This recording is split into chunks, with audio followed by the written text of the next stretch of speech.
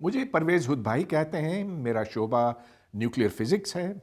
اس میں میں نے پی ایچ ڈی کی MIT سے سن 1978 میں، جس کے بعد میرا رجحان زیادہ گریوٹی اور پارٹیکل فزکس کی طرف ہوا، اور تھوڑا سا کام میں اب کر رہا ہوں کنڈینس میٹر فزکس میں۔ تو یہ میں آپ کو پہلے بتاؤں کہ مجھے فزکس سے اتنا لگاؤ کیسے پیدا ہوا اور کیوں یہ قائم ہے۔ گو کہ اب مجھے قائد اعظم یونیورسٹی میں پڑھاتے ہوئے کوئی تقریباً 46-47 سال ہو گئے ہیں۔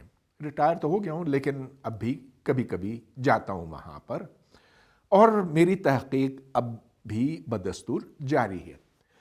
تو فزکس ایک بڑا خوبصورت مضمون ہے، اس میں بڑی گہرائی ہے۔ وہ اصول جو فزکس کے ہیں بہت ہی سادہ ہیں، لیکن ان میں بلا کی طاقت ہے۔ ان سادہ اصولوں سے آپ ایٹم کے اندر غوطہ لگا سکتے ہیں، ادھر جو کچھ ہوتا ہے الیکٹران پروٹون کے بیچ میں، کس طرح سے یہ گھومتے ہیں، کس طرح سے ایٹم دوسرے ایٹموں سے جڑ کے مالیکیولز بناتے ہیں، اور دوسری طرف اس کے مرکز میں پہنچ کر آپ نیوکلیئر فزکس تک پہنچتے ہیں، جہاں ایک نیوٹران پروٹون دوسروں کے ساتھ جڑتا ہے، اس طرح سے ایٹم کا مرکز بنتا ہے، اور پھر ایٹم کے اندر، نیوکلیس کے اندر اور نیوٹران پروٹون کے اندر اور ذرے ہیں جنہیں کوارکس کہتے ہیں، اور میرا زیادہ کام کوارک سے متعلق رہا ہے۔ تو میں نے یہ اپنی تحقیق میں پروٹون کے سپن کے اوپر، کیونکہ پروٹون گھومتے ہیں، اور جب یہ گھومتے ہیں تو ان کے ساتھ کوارکس بھی گھومتے ہیں، اور جو ذرے ان کو جوڑ کے رکھتے ہیں جن کو گلوئنز کہتے ہیں وہ بھی گھومتے ہیں۔ تو یہ بڑا ایک پیچیدہ مسئلہ ہے جس کو سمجھنا آج کل بہت اہم سمجھا جاتا ہے۔ ایک شعبہ یہ، لیکن اور بھی شعبہ جات ہیں فزکس کے جو بہت ہی زیادہ دلچسپ ہیں۔ اب یہ دلچسپی میں نے اوروں تک پہنچانے کی کوشش کی ہے، اور آج سے کوئی 30-35 سال پہلے میں نے PTV کے اوپر پروگراموں کو ایک سلسلہ شروع کیا تھا۔ پہلے ایک سلسلہ تھا جو عام تعلیم کے اوپر تھا، راستے علم کے، جس کی 13 قسطیں تھیں۔ پھر 13 قسطوں کا ایک اور سلسلہ تھا بزم کائنات، اور اس کے بعد پھر اسرار جہاں۔ تو PTV کی شاید آپ کو اس زمانے کی کچھ کلپس مل جائیں، لیکن مقصد یہ تھا کہ آسان فہم، سادہ زبان میں فزکس کی خوبصورتی، اور صرف فزکس نہیں، سائنس کی خوبصورتی لوگوں تک پہنچائی جائے۔ اور چلیے کسی حد تک کامیابی ہوئی، کیونکہ جب سٹوڈنٹس آتے تھے قائد اعظم یونیورسٹی میں تو وہ یہ خیال لے کر آتے تھے کہ وہ بھی کائنات کی ابتدائی اس کائنات کی ابتدا کے اوپر وہ خود تحقیق کریں گے، وہ کن مراحل سے گزری کہ ستارے کیسے بنے، ان ستاروں کا پھر آخر انجام کیا ہوتا ہے، بلیک ہولز کیسے بنتے ہیں وغیرہ۔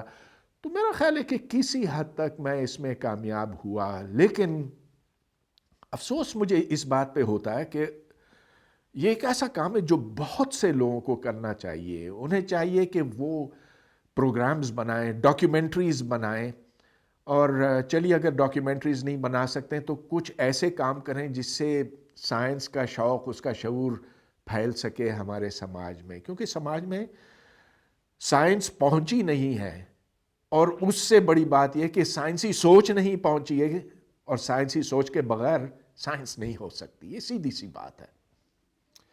تو سائنس بہت ہی خوبصورت چیز ہے، اس لیے کہ یہ توہمات کو توڑتی ہے۔ اس سے ہم نہ صرف اپنی مادی دنیا کو سمجھ سکتے ہیں، اس کے قوانین اخذ کر سکتے ہیں، لیکن پھر جو ایک سوچ اس سے بنتی ہے، اس سے ہم اپنے سماجی مسائل کو بھی بہتر جان سکتے ہیں، پہچان سکتے ہیں، اور مسائل کا حل نکال سکتے ہیں۔ پاکستان میں سائنس کے حالات اچھے نہیں ہیں۔ ایک تو یہ کہ تعلیم کے شعبے میں آپ دیکھیں جس طرح کی سائنس پڑھائی جاتی ہے ہمارے اسکولوں میں، وہ اگر نہ پڑھائی جاتی نا، اگر سائنس بالکل ہی نہ پڑھائی جاتی تو میرے خیال میں بہتر ہوتا، کیونکہ جو بچہ ان کتابوں سے سائنس پڑھتا ہے اور جسے وہ امتحانات دینے پڑتے ہیں، وہ تاحیات اس خوبصورت مضمون سے متنفر ہو جاتا ہے. وہ سمجھتا کہ یہ بس یہ کوئی خشک فارمولوں کا ڈھیر ہے، یہ ڈائیگرام ہے جنہیں رٹنا پڑتا ہے، پھر امتحان کا وقت آیا تو سب کچھ اگلنا پڑتا ہے. ایسا بالکل نہیں ہے. سائنس خشک نہیں ہے. سائنس میں دیکھیے بنیادی بات یہ کہ سائنس سوال کرتی ہے، کرواتی ہے، کیا، کیوں، کیسے.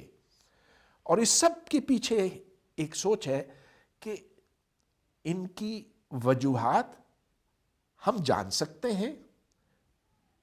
ان وجوہات کو اگر ہم جانیں گے تو پھر اور مظاہر کو سمجھ سکیں گے اور مظاہر کو سمجھ سکیں گے. تو اس کی کوئی انتہا نہیں. اب بہتر کیسے کیا جائے؟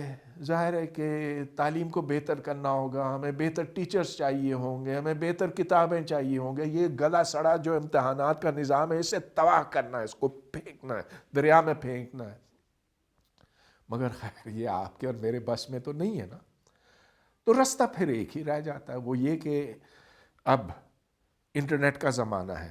آج سے 30 سال پہلے ممکن نہیں تھا، لیکن اب آپ جا کر گوگل کر کے ہر چیز جان سکتے ہیں. مگر دیکھیں اس پہ آپ اکتفا نہ کریں کہ بس کوئی سوال آیا ہے تو آپ نے گوگل کر دیا، ایک دم جواب آ گیا تو اس پہ آپ نے اکتفا کر لیا. نہیں، اس سے نہیں. آپ کو اچھی ڈاکیومنٹریز دیکھنی چاہیے جو کہ بہت کافی ہیں، لا تعداد ہیں انٹرنیٹ کے اوپر. بلیک ہولز کے اوپر دیکھیے، ایولوشن، ارتقاء، انسان کے ارتقاء کے اوپر دیکھیں کہ زمین کیسے وجود میں آئی، ستارے کیسے بنے، وغیرہ وغیرہ. تو ایسے بہت سے اچھے پروگرام ہیں جو آپ شوقیہ دیکھ سکتے ہیں. لیکن اگر سیریسلی آپ کو سائنس پڑھنی ہے تو جو ڈسٹنس لرننگ کورسز ہیں ان میں آپ شامل ہو جائیں، ان میں انرول کریں. میرا خیال ہے ان میں سے بہت سے مفت ہیں، لیکن اگر مفت نہیں ہیں تو شاید چند ڈالر دے کر آپ وہ خرید بھی سکتے ہیں.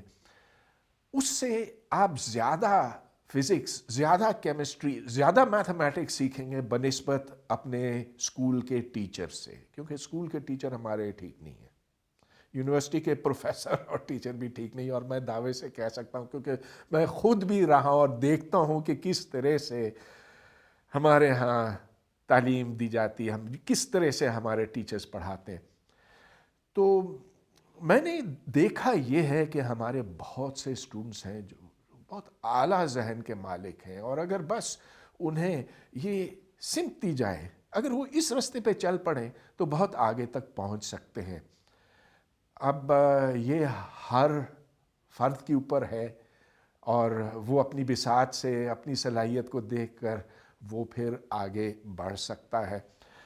مگر چونکہ ہمارا تعلیمی نظام خراب ہے، آپ کو ہار نہیں مان لینی چاہیے. آپ کو یہ نہیں کہنا چاہیے کہ بس ادھر اس گلے سڑے نظام میں مجھے کیا کرنا ہے. اب آپ بہت کچھ خود سے کر سکتے ہیں. And so do it.